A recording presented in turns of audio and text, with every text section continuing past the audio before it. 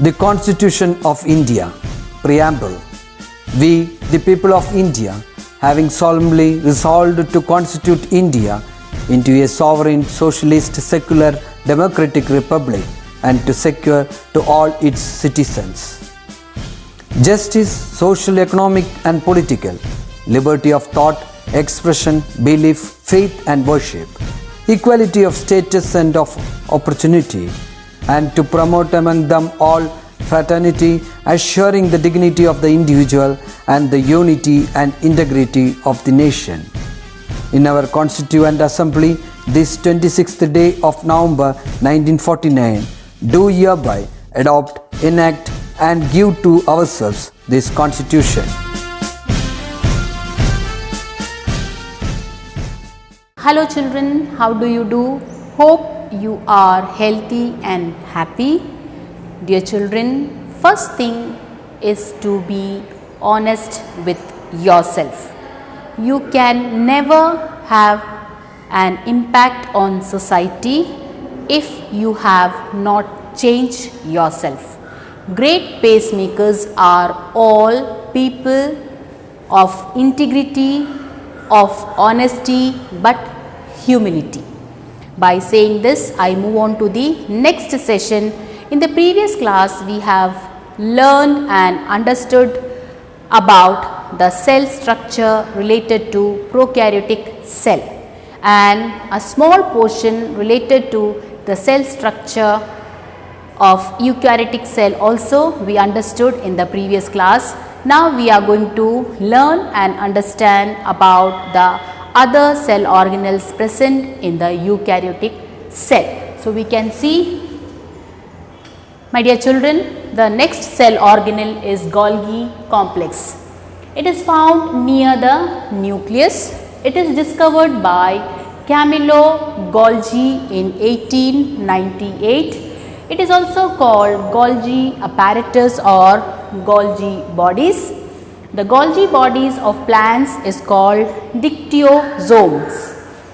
Golgi complex is composed of three types of structures. Number one, cisternae, which is flat disc shaped sacs. Cisternaes are with two sides. The cisternaes which are found in Golgi complex are having two sides, cis phase and the trans phase.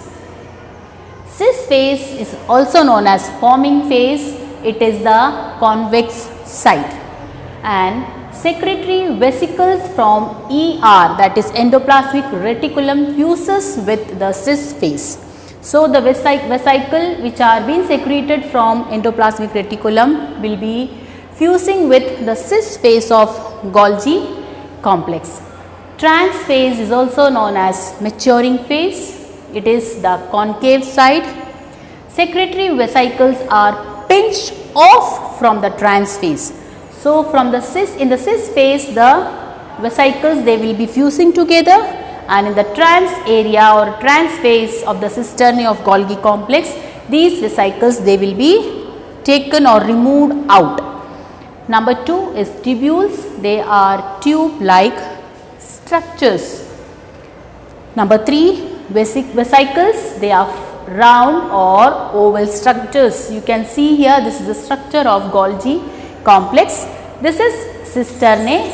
This is the cis phase, isn't it? And this one is the trans phase.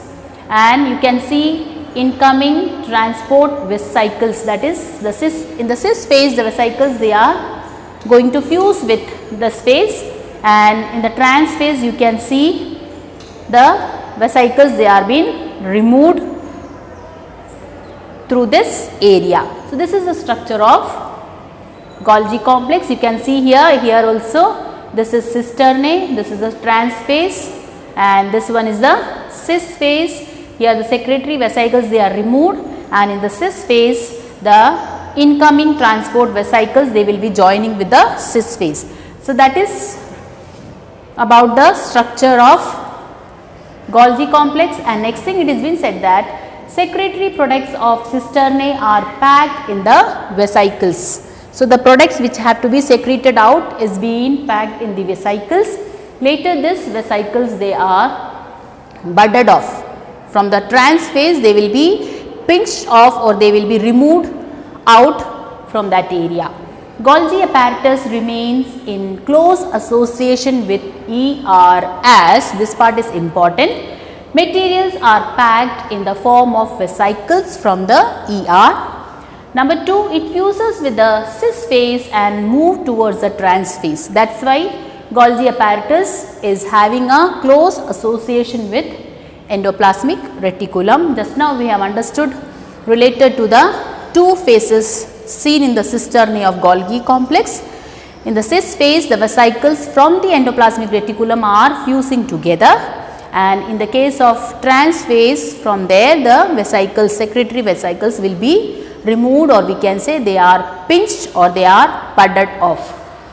The secretory vesicles are budded off from the trans phase. That is why Golgi apparatus is having a close association with the endoplasmic reticulum. Now we can see the functions of Golgi apparatus. Number 1, storage, modification and packing of products in vesicles, formation of complex sugars from simple sugar. This is important. Secretion is the main function of Golgi complex. The secretory proteins and lipids are packed and released on the surface of exocytosis. It helps in the formation of cell plate during cell division.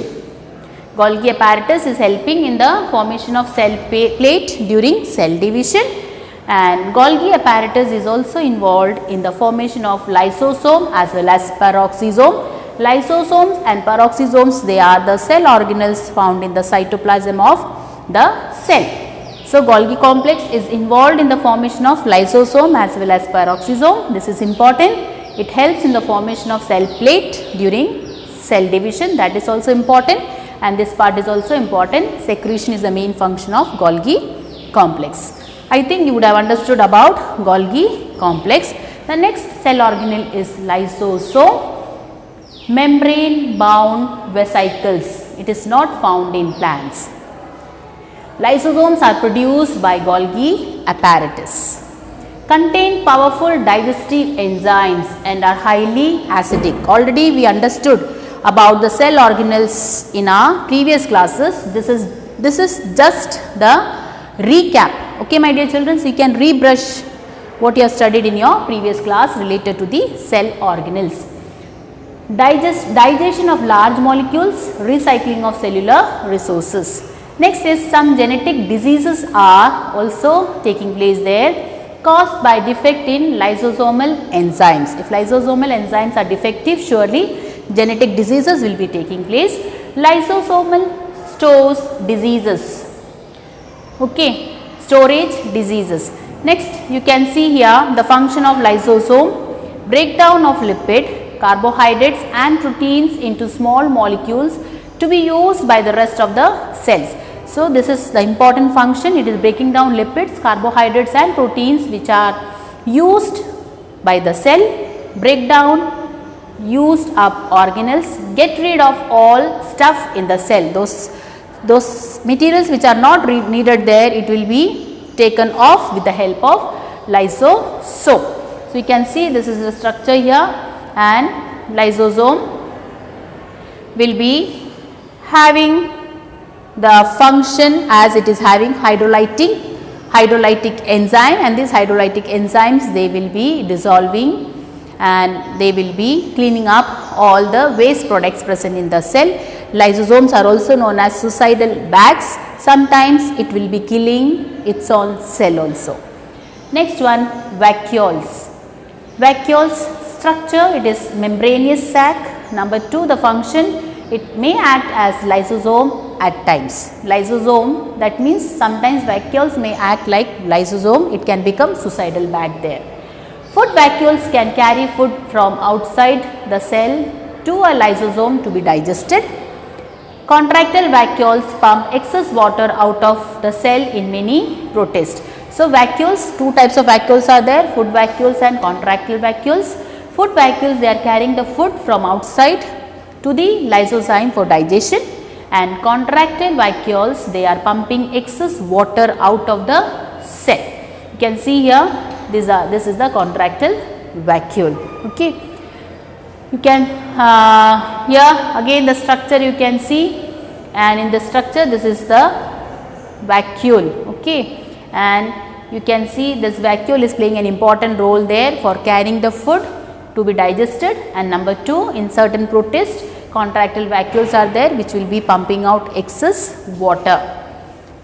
Next one is related to mitochondria, site of chemical reactions that transfer energy from organic compounds to ATP. We know that what is ATP, it is adenosine triphosphate, it is a energy rich compound which is present there in certain organelles.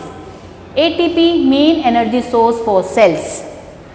Cells with high energy requirements have more mitochondria, example muscles and liver cells. Liver cells and muscle cells, they are having more mitochondria in them. Mitochondria is having two membrane, smooth outer membrane which is serving as boundary between mitochondria and the cytosol. Cytosol is the cytoplasm. So, cytoplasm and mitochondria, they are connected with each other with a outer membrane present in the mitochondria, and the inner membrane has many folds called cisternae, that is cristae, sorry it is called cristae. They enlarge the surface area for more chemical reactions. So, inner membrane is called cristae and it is having a large surface area for chemical reactions, and the mitochondria is having its own DNA for reproduction. You can see here this is structure of mitochondria. You can see this is cristae and the part inner to the cristae is matrix. This is the inner membrane and this one is the outer membrane, isn't it? This is same structure you can see here. Mitochondria, they are also known as powerhouse of the cell, as they are producing the energy, they are storing the energy and they are distributing the energy to the cell. Okay. Site for aerobic respiration which generate energy for all cellular activities. Inner folds carry respiratory enzymes which help to control respiration and the release of energy from glucose molecule in the cell, involved in chemical energy conversion during metabolic activities of the cell. So, mitochondria is a very important cell organelle in the cell, as it is known as powerhouse of the cell because it is producing the energy, it is storing the energy and it is distributing the energy to the cell. My dear children, ATP, which is also known as adenosine triphosphate, is the energy source which is needed for many activities taking place in the cell, and this ATP is being produced in mitochondria. I think you would have understood about the structure of mitochondria. It is very important. Next part is, or the next organelle is plastid. You can see the structure of plastid. Organelles found in plants and algae. Site of manufacture and storage of important chemicals. This is the site for the manufacture and storage of important chemicals. There are three kinds of plastids: chloroplast, chromoplast, amyloplast.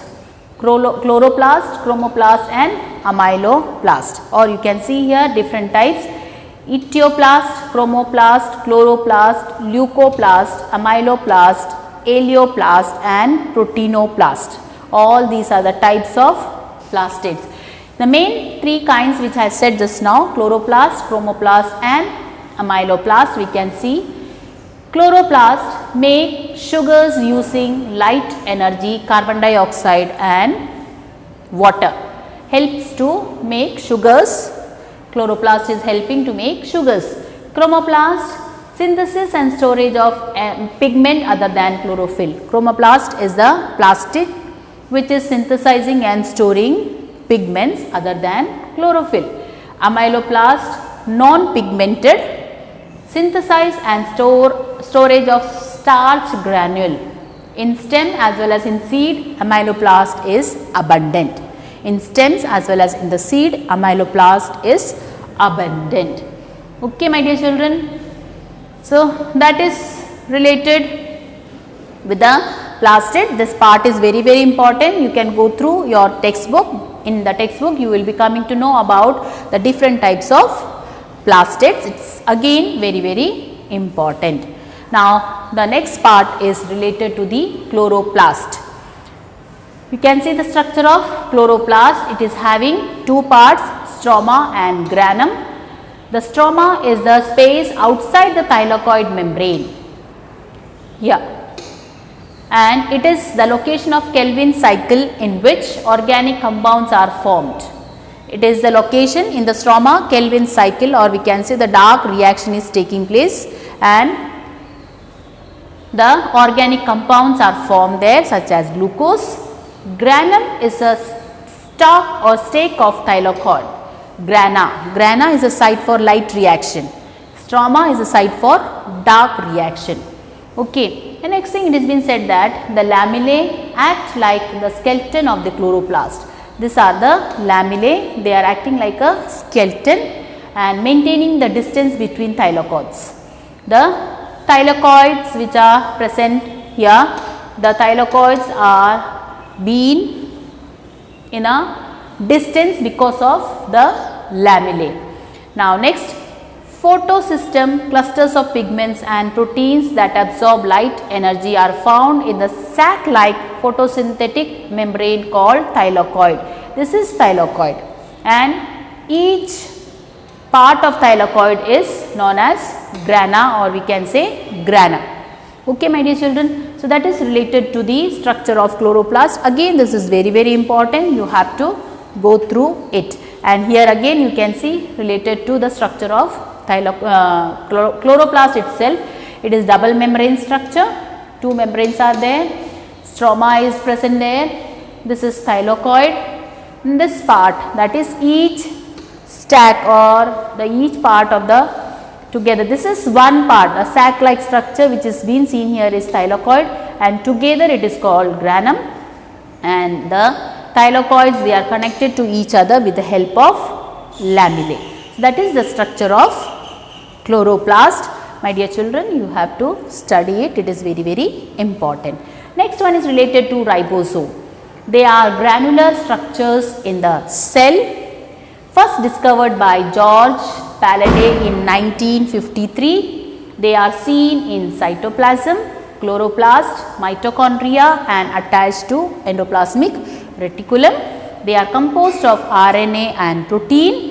They are membraneless organelles. So ribosomes are membraneless organelles, and each ribosome has two subunits, larger subunit as well as the smaller subunit. You can see the structure of ribosome. This is the larger subunit and this one is the smaller subunit. Okay, and this ribosome is having the function of protein synthesis. You can see here mRNA is here and this is the amino acid which is been attaching to the mRNA, and later on what is happening there, protein synthesis is taking place in the ribosome. You can see the Sedberg's unit, or S, is the unit of measuring the sedimentation coefficient of ribosome. Two subunits are there, larger subunit and smaller subunit, and in that you can see 80S and 70S is given there. This S stands for Sedberg's unit, and it is also known as S, and it is the unit of measuring the sedimentation coefficient of ribosome. How much it is been sedimented, that is been measured there with the help of this unit. In the eukaryotic ribosome, we can say the ribosome are 80S, and 80S consists of 60S plus 40S. 60S is the larger subunit and 40S is the smaller subunit. In the case of prokaryotic ribosome, it consists of 70S ribosome, where 70S is having 50S larger subunit and 30S smaller subunit. So, you can see here the function of ribosome. Protein factories, eukaryotes have 80S and prokaryotes have 70S ribosome, and it read instruction to build proteins from DNA. Okay, my dear children, and it has been said that in the structure it is having two subunits. It is some of the ribosomes, they are free in cytoplasm, and some they are attached to the endoplasmic reticulum. So, that is related to ribosome, my dear children. It is very, very important again. You have to study it very nicely, because this set box unit used to ask in the question paper, what is the meaning of S? It is used to ask in the question paper. You have to study it very nicely. Next one is related to the cytoskeleton, the cell organelle present in the eukaryotic cell. It is a network of filamentous and proteinaceous structure, and they form the structural framework within the cell. So, they are the network of filamentous and proteinaceous structure, and they form the structural framework of the within the cell. The cell is having a structural framework, and that is being formed with the help of cytoskeleton. The important cytoskeletal structures are microfilaments and microtubules. The important cytoskeletal structures, they are microfilaments and microtubules. We can see microfilaments. These are long cylindrical structures made up of proteins, that is actin and myosin. So, microfilaments, they are long cylindrical structures and they are made up of proteins, and these are responsible for the movement of plasma membrane, contraction of muscle fibers. These microfilaments are helping for the movement of plasma membrane as well as the contraction of muscle fibers. Next one is microtubules. These are elongated tubes encloses a central core, and they are made up of tubulin. Microtubules are made up of tubulin, and they are elongated tubes which is seen in the central part of the cell. They form the skeleton of cilia, flagella and fibers. In the case of cilia, flagella, we can see the microtubules in the form of skeleton. Okay, you can see cytoskeleton, they are helping in mechanical strength, structural support and internal organization as well as movement. So, here in the structure of cell we can see microfilament. These are microfilaments and these are microtubules, and there is intermediate filaments are also present there. Microfilaments, microtubules. Okay, microfilaments, microtubules. I think you would have understood about microfilaments as well as microtubules. Now, we are going to learn about cilia and flagella. Hair-like projections from cell surface that aid in cell movement, that is from one place to another place. If a cell is moving, it is because of cilia as well as flagella. Very different from prokaryotic flagella. Eukaryotic flagella, or we can say eukaryotic cilia, they are different from prokaryotic cilia and flagella. In the case of eukaryotic flagella, outer covering of plasma, it becomes outer covering of plasma membrane. Inside this is a cylinder of 18 microtubules arranged in 9 pairs. Inside the flagella, we can see 18 microtubules and they are arranged in 9 pairs.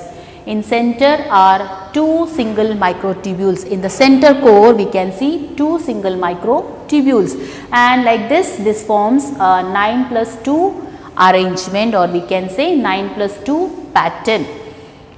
Okay. In eukaryotes, cilia are much shorter than flagella.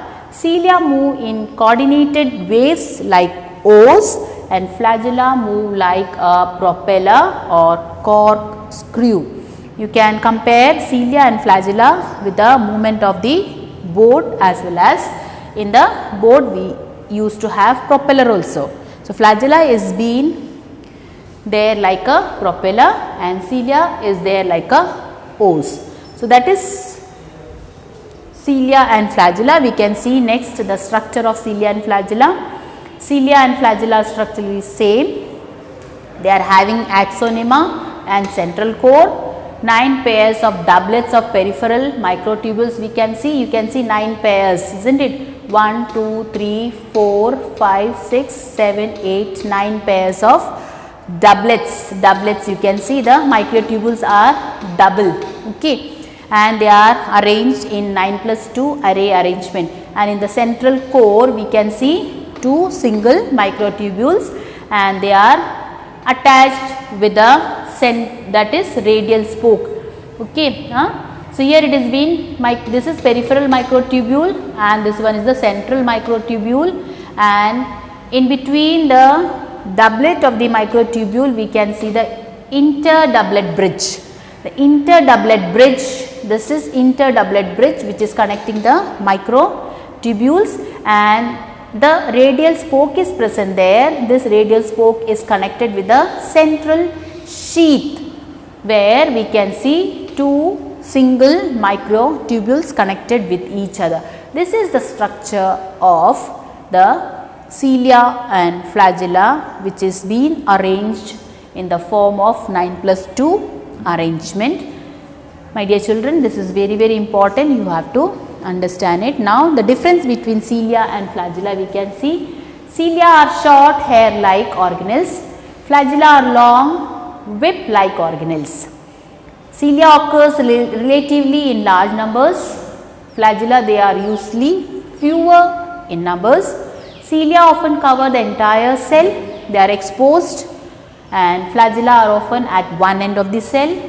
Cilia they show sweeping or roving movement and flagella they show undulating or undulatory movement. Flagella will be moving like this, okay. Now the next part is centrosome and centriole which is seen in the cell. Centrosome contains 2 cylindrical structures called centrioles, and centrioles are surrounded by amorphous pericentriolar material. Centrosome is having 2 cylindrical structure called centrioles, and centrioles they are surrounded by a pericentriolar material. Next one. Both the centrioles in the centrosome lie perpendicular to each other like a cart wheel. The centrioles which are seen in the centrosomes, they are lying perpendicular to each other, as we used to see in the cart wheel. In the cart 2 wheels are there, they are perpendicular to each other, like that only the centrioles present in the centrosomes, they are lying perpendicular to each other. Now we can see the structure of centrioles. Each centriole is made up of 9 microtubule triplets. Cilia and flagella case we have seen doublets. Here we can see the microtubules are present there, but they are triplets. There is no microtubule at the center. The case of cilia and flagella we have seen in the central core 2 separate microtubules were present there, but in the case of centriole in the center no microtubules are present there, therefore the arrangement is 9+0. So the centriole present in centrosome, in them the arrangement is 9+0.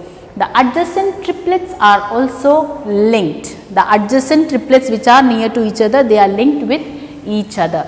Central part of the proximal region of the centriole is proteinaceous and is called hub. The central part or the center core of the centriole is a proteinaceous part and it is called hub. This is again important. Now hub is connected with tubules of peripheral triplets by radial spokes made of proteins. So you can see this is the structure of a centriole. You can see triplets are there, microtubule triplets are there. 1, 2, 3, 1, 2, 3, 1, 2, 3. You can see 1, 2, 3, 4, 5, 6, 7, 8, 9 triplets are there, and these are microtubules, and the microtubules they are connected with a hub, and that is you can see with the help of the spoke. This is the central hub, this is proteinaceous part. It is connected with the microtubule with the help of the spoke. Okay, my dear children, I think you would have understood about the structure. You can see consists of 2 cylindrical body structure arranged at right angle to one another. They are found only in animal cells. So centrioles are found only in animal cells, and the function of the centriole, which is again very important, Formation of spindle fibers during cell division. It is helping in the formation of spindle fibers during cell division. That is again very important. You have to study it. Now the next topic or the next organelle present in the cell is nucleus. It is the largest cell organelle of eukaryotic cell. It was discovered by Robert Brown in 1831. Fleming given the name chromatin by staining the material of nucleus with the basic dyes. Some mature cell lack nucleus, example sieve tube cells of phloem and erythrocytes of mammal cells. So, sieve tube as well as erythrocytes of mammal cells, they lack the nucleus, and in the nucleus we can see chromatin material, and it is been given the name by Fleming by staining this material with a basic dye. Next one, you can see the structure of nucleus.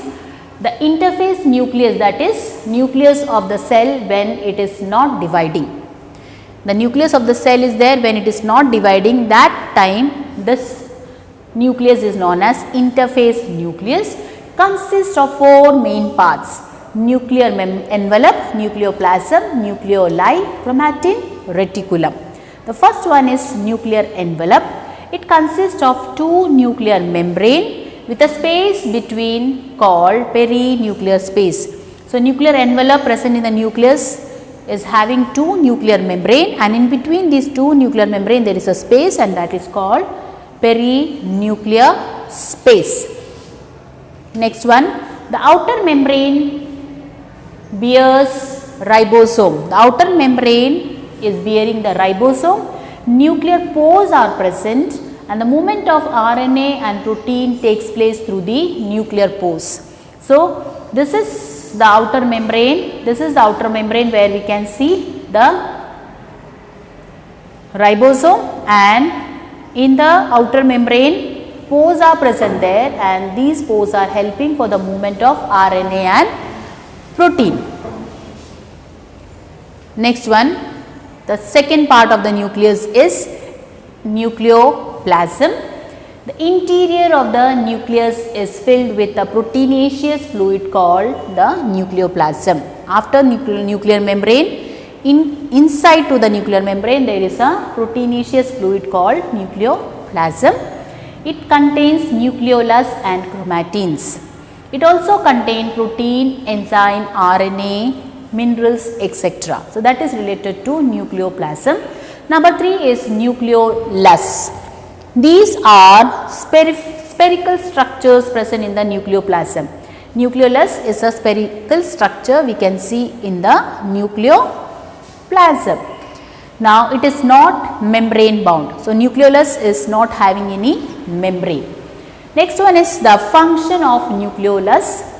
Biosynthesis of ribosome subunits. The ribosome subunits are there, we have studied just now, larger subunit and smaller subunit, and that is being synthesized by nucleolus. It helps in rRNA synthesis also. We know that what is rRNA. R stands for ribosomal RNA. So, the synthesis of ribosomal RNA is taking place with the help of nucleolus. That is related to the function of nucleolus. The fourth part of nucleus is chromatin reticulum. Nucleoplasm contains deeply staining network like nucleoprotein fibers, which are called chromatin reticulum. It is made up of DNA, histone, it is a basic protein, and RNA. So, chromatin reticulum is made up of DNA as well as histone as well as RNA. Chromatin condenses to form rod-like structures. When the thread-like structure called chromatin, when they undergo condensation process, they will be converted or they will be transformed into rod-like or rod-shaped structures, and they are called chromosomes. And now we can see what are chromosomes. Chromosomes are rod-shaped structures and they carry hereditary informations. They are made up of DNA, histone, protein and RNA. A chromosome consists of two identical halves called chromatids. In the structure of chromosomes, we have studied that chromosomes, they are having two halves, and these two halves, they are the identical halves they will be, and they are called chromatids, or we can say them as sister chromatids. Chromatids are held together at the point. These two chromatids, they are joined together, or they are held together at a point, and that point is called centromere, which is the primary constriction. From the centromere, we can see two identical halves are there. Two sister chromatids, we can see half on the top and half at the bottom, and in the center we can see the centromere.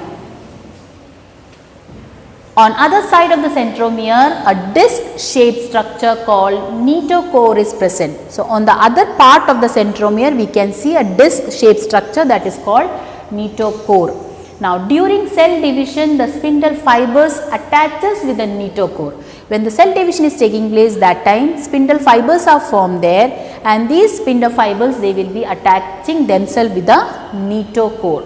In some chromosomes, a non-staining second constriction called secondary constriction is present. In certain chromosomes, not only primary constrictions are present there, but with that we can see secondary constrictions also. In such case, a knob-like structure are seen at the chromosome tip, and it is called satellite. So, the secondary constriction which is being formed there itself in the chromosome structure, at the tip of the chromosome structure we can see a knob-like structure, and that is called satellite. I think you would have understood about it very clearly. You can see here, my dear children, next part. Based on the position of centromere, chromosomes are classified into 4 groups. You can see here telocentric chromosome, acrocentric chromosome, submetacentric chromosome, and metacentric chromosome. Understood the position of the centromere, you can see, and based on the position of this centromere, the chromosome is classified into 4 types: telocentric, acrocentric, submetacentric, as well as metacentric. So, we can see here number 1, metacentric. Centromere is situated in the center of the chromosome. Thus, chromosome appears V-shaped. Center of the chromosome, when the centromere is present, it will be appearing in the form of V shape. Submetacentric, in this centromere is metacentric submedian in position or placed near the midpoint. This is submetacentric. So, when the centromere is placed near the midpoint, it resembles the letter L. It resembles the letter L. Okay, therefore, what happens? The arms, they are unequal in length. In the case of submetacentric, the arms are unequal in length.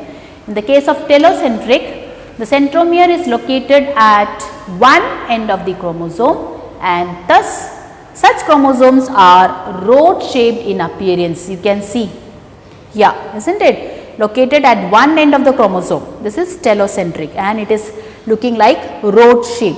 The fourth one is acrocentric or subtelocentric. In this type of centromere, in this type of chromosome, the centromere is located near one end of the chromosome, and that is the centromere is subterminal in position and the chromosome is rod shaped. One end of the chromosome, the centromere is present. So, surely what will happen? Again here we can see unequal arms. One arm is very short when compared to the other arm. So, that is related to acrocentric. I think, my dear children, you would have understood about the different types of chromosome based on the position of centromere. It is very important, as it used to come in the question paper. You have to go through the figure as well as the definition of each type of chromosome. The next one is microbodies. These are membrane bound vesicles that contain various enzymes. Microbodies are membrane bound and they are having different types of enzymes. They are present both in plant as well as animal cells. So, that is related to microbodies. My dear children, with this the chapter is complete.